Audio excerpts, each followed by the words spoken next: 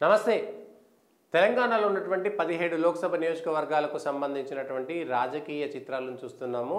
ఆ నియోజకవర్గంలో ఉన్నటువంటి రాజకీయ పార్టీల బలాబలాలు, అభ్యర్థుల బలాబలాలు, గత చరిత్ర, భవిష్యత్తు, ఇప్పుడున్నటువంటి పరిస్థితి, అక్కడ ఉన్నటువంటి రాజకీయ పునరేకీకరణ, రాజకీయ సమీకరణాలను బట్టి ఆ నియోజకవర్గంలో ఏ పార్టీ గెలిచేటువంటి అవకాశం ఉంది, ఏ పార్టీ బలం ఎంత అనేటువంటిది చూస్తున్నాం కదా.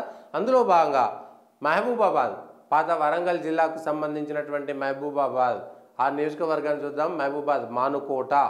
మహబూబాబాద్గా మారిపోయింది. మానుకోట నియోజకవర్గానికి, లోక్సభ నియోజకవర్గానికి సంబంధించినటువంటి దాంట్లో ఓవరాల్గా 17 లక్షల పైచిలకు ఓట్లు ఉన్నాయి. ఇక్కడ 15-16 లక్షల ఓట్లు ఉంటాయి. ప్రతి చోట ఉన్నట్టే ఇక్కడ కూడా 7 నియోజకవర్గాలు ఉన్నాయి. 7 అసెంబ్లీ స్థానాలు ఉన్నాయి. 7ంటిలో 6 ఎస్టీ రిజర్వ్డే. మహబూబాబాద్ లోక్సభ నియోజకవర్గము ఎస్టీ రిజర్వ్డే. దాని కింద వచ్చేటువంటి 7 అసెంబ్లీ స్థానాల్లో ఒకటి తప్ప, నర్సంపేట తప్ప మిగిలిన 6 నియోజకవర్గాలు ఎస్టీ నియోజకవర్గాలే, ఎస్టీ రిజర్వ్డ్ నియోజకవర్గాలే. ఈ ఎస్టీల్లో కూడా 7ంటికి 7 కూడా కాంగ్రెస్ పార్టీయే గెలిచింది. 2023 అసెంబ్లీ ఎన్నికల్లో ఇక్కడ 7ంటికి 7 అసెంబ్లీ స్థానాలు కాంగ్రెస్ పార్టీ గెలిచింది. డోర్నకల్లో జాటోత్ రామచంద్ర నాయక్, మహబూబాబాద్లో డాక్టర్ మురళీ నాయక్ బూక్యా, నర్సంపేటలో దొంతి మాధవరెడ్డి, ములుగు ధనసరి అనసూయ మంత్రిగా పనిచేస్తున్నారు. పీనపాక పాయం వెంకటేశ్వర్లు, ఇల్లందు కోరం కనకయ్య, భద్రాచలం తెల్లం వెంకట్రావు. ఈయన టీఆర్ఎస్ పార్టీలో, యాక్చువల్లీ కాంగ్రెస్ పార్టీ పొంగులేటి శ్రీనివాసరెడ్డి మనిషి, అక్కడ పొదెం వీరయ్య ఉన్నాడు కాబట్టి ఆయన మనిషిని టీఆర్ఎస్లోకి పంపించి గెలిపించుకొని మళ్ళీ కాంగ్రెస్లోకి తెప్పించుకున్నటువంటిది. సో ఇక్కడ ఒకటి టీఆర్ఎస్ గెలిచినా కూడా అది కాంగ్రెస్ ఖాతాలోకే పడిపోయింది.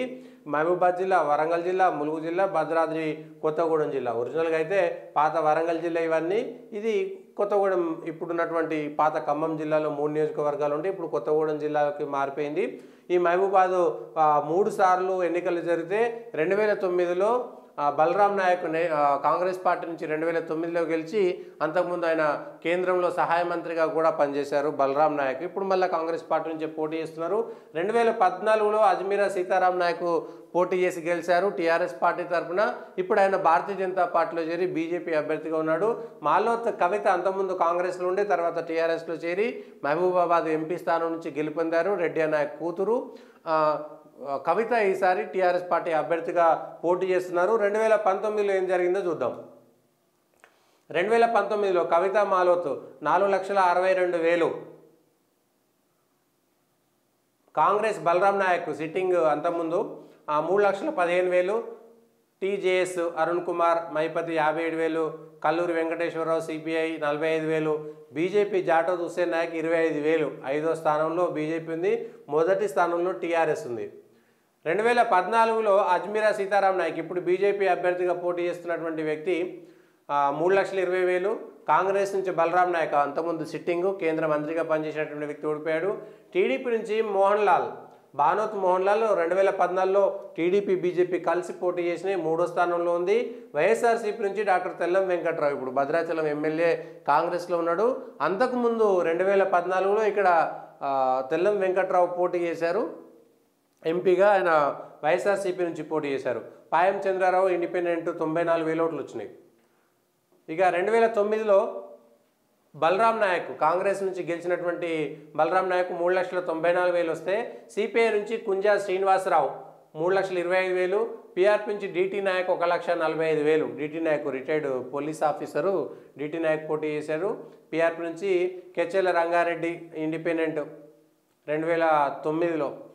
ఇది 3 సార్లు జరిగినటువంటి ఎన్నికల్లో ఒక్కసారి బలరాం నాయక్ కాంగ్రెస్ గెలిస్తే వరుసగా 2 సార్లు టీఆర్ఎస్ పార్టీ, ఒకసారి సీతారాం నాయక్, ఒకసారి కవిత గెలిచారు. ఈసారి ఎవరి మధ్యన పోటీ ఉంటుంది, ఇక్కడ ఉన్నటువంటి స్థితిగతులు ఏంటి, ఇక్కడ ఉన్నటువంటి పరిస్థితులు ఏంటి అనేటువంటి విషయాలు చూస్తే ఈసారి కాంగ్రెస్ పార్టీ నుంచి బలరాం నాయక్, బీఆర్ఎస్ నుంచి సిట్టింగ్ ఎంపీ కవిత మాలోత్, బీజేపీ నుంచి టీఆర్ఎస్లో గతంలో గెలిచినటువంటి అజ్మీరా సీతారాం నాయక్ ఉన్నారు. ముగ్గురు కూడా ఎంపీలుగా పనిచేసినటువంటి అనుభవం, కేంద్ర మంత్రిగా పనిచేశాడు. సహజంగా 7 మంది ఎమ్మెల్యేలు ఉండడం వీళ్ళకి ఒక ప్లస్ పాయింట్. కాంగ్రెస్కు తెలంగాణలో ఉండేటువంటిదంతా కూడా కొంత కాంగ్రెస్ గాలి ఎక్కువగా ఉన్నటువంటి స్థానం ఏదైతే ఉందో అది, ఎందుకంటే ఇటు ఖమ్మము ఇటు వరంగల్ 2 స్థానాల్లో కూడా కాంగ్రెస్ బలంగా ఉంది. 7 మంది ఎమ్మెల్యేలు ఉన్నారు. అదేవిధంగా అధికారంలో ఉండడము, గతంలో కేంద్ర మంత్రిగా పనిచేసినటువంటి అనుభవం ఉన్నది. ఇక్కడ బీఆర్ఎస్ బలహీనపడింది. తెలంగాణ వ్యాప్తంగా వీళ్ళకు ఉండేటువంటి మైనస్లు ఇక్కడ కూడా ఉన్నాయి. కొంత ఉన్న దాంట్లో కొన్ని ఓట్లు వచ్చేటువంటి స్థానం ఏదైతే ఉందంటే అది మహబూబాద్ స్థానం కిందనే ఉంటుంది. కవిత సిట్టింగ్ ఎంపీ, రెడ్డి నాయక్ కూతురుగా వాళ్ళకు ఉండేటువంటి కొంత పాత కాంగ్రెస్ బీఆర్ఎస్ వాళ్ళకు సంబంధించినటువంటి ఓటు బ్యాంకు అట్లనే ఉంటుంది. అజ్మీరా సీతారాం నాయక్ బీజేపీ నుంచి మాజీ ఎంపీ, కొంత ప్లస్ పాయింట్, కొంత చదువుకున్నటువంటి వ్యక్తిగా ఆయనకు ఒకటి గుర్తింపు ఉంది. అంతకుముందు ఎంపీ. సహజంగా మోడీకి ఉండేటువంటి గాలి ప్రతి చోట ఉండేటువంటి మోడీ బీజేపీ గాలి ఉంటుంది. కానీ ఓవరాల్గా కాంగ్రెస్ పార్టీ అప్పర్ హ్యాండే కనబడుతున్నది. ఎక్కడ చూసినా కూడా మహబూబాబాద్ స్థానంలో కొంత కాంగ్రెస్ పార్టీ మొదటి స్థానంలో ఉండడానికే అవకాశాలు ఉన్నటువంటి నియోజకవర్గం ఇది మహబూబాబాద్. కాంగ్రెస్ తర్వాత బీఆర్ఎస్ బీజేపీలో బీఆర్ఎస్ సెకండ్ వస్తుందా, లేదంటే సెకండ్లో బీజేపీ వస్తుందా, ఏమైనా సీతారాం నాయక్ సొంతంగా ఉండేటువంటి ఓట్లు కావచ్చు. ఎందుకంటే ఇక్కడ బీజేపీకి మొదటి నుంచి కూడా పెద్ద ఓటింగ్ ఉన్నటువంటి స్థానాలు ఏవీ లేవు. ఆ స్థానాల్లో బీజేపీ సీతారాం నాయక్ కొంత ఏజ్డ్, అంతకుముందు ఒక ఎంపీ ఉన్నాడు. మోడీ గాలి ఏమైనా వస్తే 1,00,000కు పైగా ఓట్లు వస్తాయా లేదా అనేటువంటిది ఒక చర్చ తప్ప పెద్దగా లేదు. బీఆర్ఎస్కు సంబంధించి కూడా వాళ్ళ బీఆర్ఎస్ ఓటింగ్ బీజేపీకి ఎంత వస్తుంది, కాంగ్రెస్కి ఎంత పోతుంది, బీఆర్ఎస్ గెలిచేటువంటి పరిస్థితులు కూడా కనబడతలేవు. కొంత పోటీలో ఉండేటువంటిది బీఆర్ఎస్ఏ మహబూబాబాద్ స్థానంలో. బీజేపీ అయితే గతంలో కంటే కొంత ఎంపీగా అనుభవం ఉన్నటువంటి వ్యక్తి, నియోజకవర్గంలో ఒకసారి ఎంపీ పనిచేశాడు కాబట్టి ఆయన పేరు అక్కడ ఉన్నటువంటి 7 నియోజకవర్గాల్లో అందరికీ తెలుస్తుంది. ప్రొఫెసర్గా చేశాడు, అది కూడా కొంత ఉపయోగపడుతుంది. నరేంద్ర మోడీకి సంబంధించినటువంటి కొద్దిగా వేవ్ ఉంది. నరేంద్ర మోడీ పేరు నడుస్తుంది. మోడీ పేరు మీద జరుగుతున్నటువంటి ఎన్నికల్లో కాబట్టి భారతీయ జనతా పార్టీ సొంతంగా పోటీ చేస్తే పోయినసారి వచ్చినటువంటి 25,000 ఓట్లకు పెరిగేటువంటి అవకాశం ఉంది. కానీ గెలిచేటువంటి అవకాశం ఉన్నటువంటి స్థానం అయితే మహబూబాబాద్ కాదు. ఏదైనా జరిగితే మాత్రం అది అద్భుతం, మిరాకిలు. కాంగ్రెస్ ఓడిపోతే కూడా అది ఒక మిరాకిలు. బీఆర్ఎస్ గెలిచేటువంటి పరిస్థితి కూడా లేదు.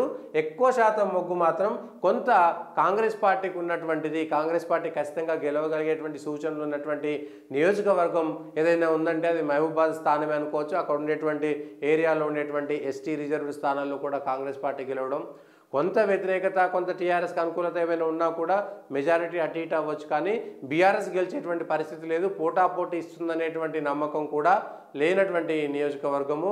బీఆర్ఎస్ బీజేపీ ఒకవేళ అద్భుతం జరిగితే బీజేపీ 2వ స్థానంకు రావచ్చు. బీజేపీ గెలిస్తే మాత్రం అది చాలా పెద్ద మిరాకిల్ అనే చెప్పవచ్చు. ఇప్పుడున్నటువంటి స్థానంలో సరే రాజకీయాల్లో 1+1 2 ఎప్పుడు కాదు కాబట్టి అయినా సరే ఇప్పుడున్నటువంటి పరిస్థితుల్లో, ఈ రోజుకున్నటువంటి పరిస్థితుల్లో కాంగ్రెస్ వైపు గెలవడానికి మొగ్గున్నటువంటి స్థానం ఏదైతే ఉంది అది మహబూబాబాద్ స్థానం. ఆ మహబూబాబాద్లో మరి కాంగ్రెస్ పార్టీ గెలిచేటువంటి అవకాశం ఉందా లేదా, లేదంటే ఏదైనా అద్భుతం జరుగుతుందా అనేటువంటిది తెలియదు.